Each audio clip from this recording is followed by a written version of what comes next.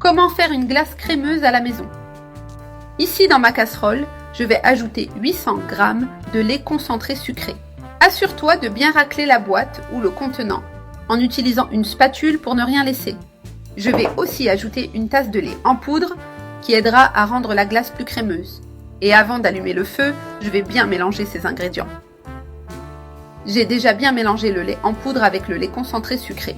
Et la texture est comme ceci. Regarde. Maintenant, je vais ajouter 3 jaunes d'œufs sans la membrane. Et je vais bien mélanger jusqu'à ce que les jaunes soient complètement incorporés au mélange, en rappelant que le feu est toujours éteint. Il est important de bien mélanger tous les ingrédients avant de commencer la cuisson. Maintenant, j'ajoute 200 g de crème fraîche. Ensuite, j'ajoute une cuillère à café d'extrait de vanille. J'ajoute aussi 2 cuillères à soupe de beurre ou de margarine. Et pour finir, j'ajoute 500 ml de lait entier. J'utilise du lait à température ambiante pour faciliter le mélange. Mélange doucement pour que le lait s'incorpore bien à la base sans problème. Cela évite qu'il y ait des parties séparées ou des grumeaux indésirables dans notre crème. Tout est maintenant bien mélangé. La consistance est uniforme et bien crémeuse. Cette fois-ci, j'allume le feu à température moyenne.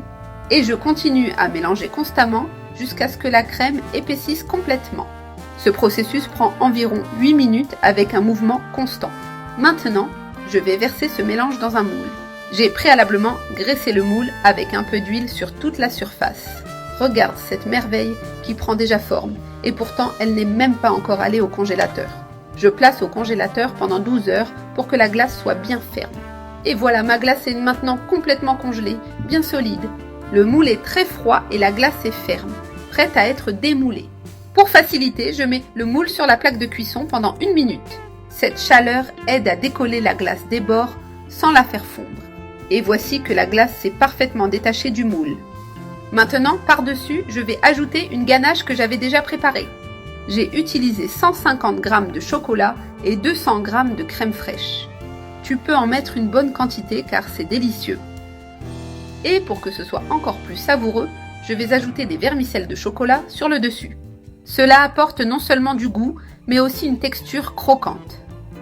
Cela donne cette touche finale qui fait toute la différence dans le dessert.